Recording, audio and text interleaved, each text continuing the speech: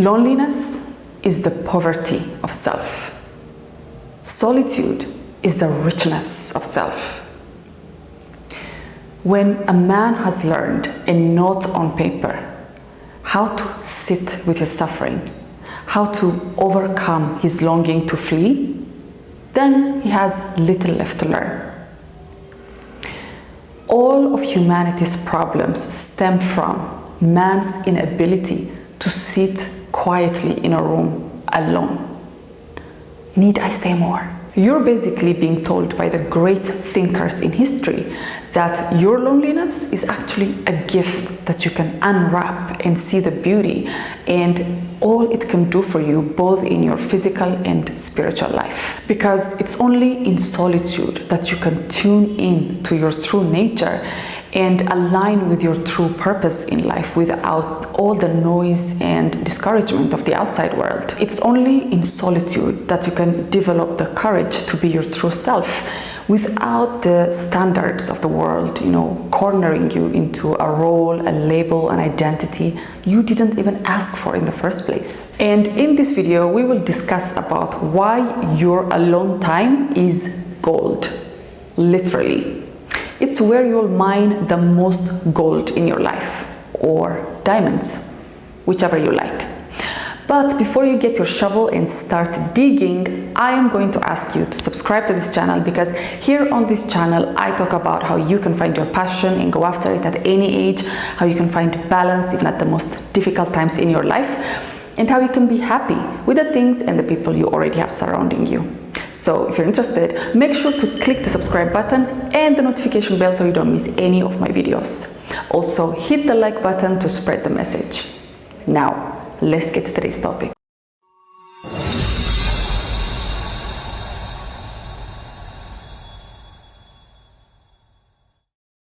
So, the first thing is the fulfillment of your being. It's obvious and evident that almost all the notable people in history have had some sort of solitude integrated in their lives.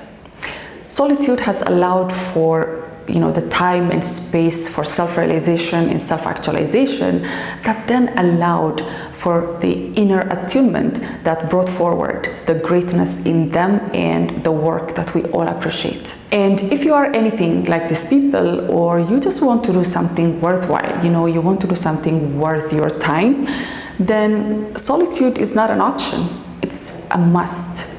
I mean, you don't have to go deep into the forest or avoid anything that resembles a human being. You can work out a time in your day or your week, or you can arrange for a longer period of time to be by yourself or with little to no socializations, and you can just work to consciously reap the benefits of this golden time. This has the power to transform your life. The reason why a lot of us are unfulfilled with our lives and our work is because we're not living out our true purpose in life, that true calling that we have. And a lot of people are not even aware of the fact that the real issue here, the real problem, is not this perceived lack, failures, or the people in their lives who are bothering them, who are just there to make their lives miserable. And instead, it is the disconnect from their higher self that is causing all these problems. And you yourself might be doing this right now. You might be busy externalizing all your problems and just feeling powerless and helpless, looking at all the things that are happening in your life, but at the same time trying to fix them from there, trying to look for the solutions in the problems, trying to fix things from the outside. But obviously you've done this many times and it doesn't work. And the reason why it doesn't work is that that is not the way to fix things that are on your outer world. The only way to do that would be for you to dive deep within you, because the disorder is not happening out there. The disorder is happening within. And once you get things in your inner world in order, once you start to look for the answers from within you, it's either that whatever is happening in the outside world will not have any effect on you, it will not have any power over you, or it will just magically fix itself. Things will start to change from the outside once you fix what's going on within you. It's truly like magic, because it's one of those two things will happen. One is you will never be bothered again by these things, they will simply disappear, or they will start to fix themselves. All the effort that you're doing, all the work that you're doing on yourself in your inner world will show you the results on the outside. Because once you make this a priority, every other issue will just simply fade in the background and lose the grip it had over you. And only in the silent contemplation, in solitude, will you be able to realize this profound truth. Because with all that noise, it was pretty convincing that everything, all the problems were coming from the outside. Now you know better. And once this illusion is cleared once and for all, and you're not, just occupied 24/7 trying to fix everything all at once, now you'll have that laser sharp focus that is needed to, focus on the one thing that is capable of making everything in your life so much better, or capable of solving almost all your problems. And that is to find that true purpose within you, that true purpose that is going to keep you occupied doing something positive, that is going to, just fill in your days with positivity and energy. That's what you should be after, and you can only do that in that silent contemplation that only solitude will allow, and only solitude will make happen. And the second thing is an enduring peace within and without. Conscious and intentional solitude is one of the main sources of lasting peace of mind.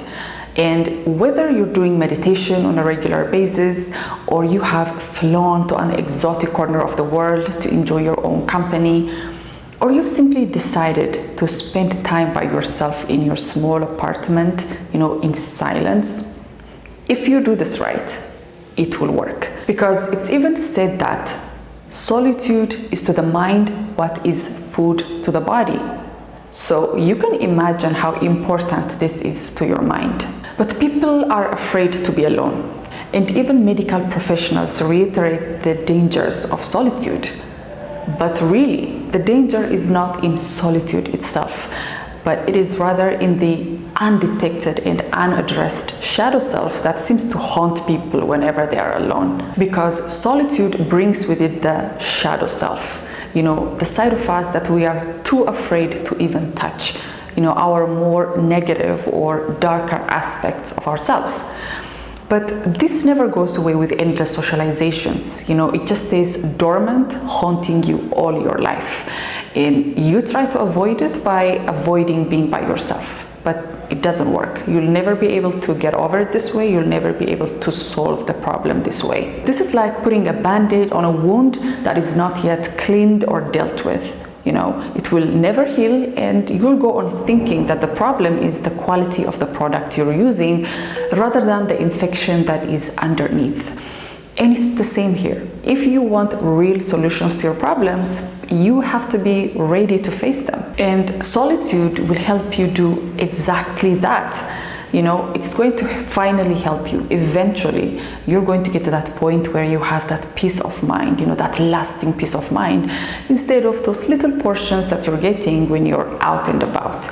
It will help you properly process and resolve your problems, your emotional scars, instead of suppressing them. Those suppressed emotions don't have to stay suppressed while you go on pretending everything is all right. So this is the way to fix your real problems in life and find lasting happiness. You will have to face them, see them for what they really are.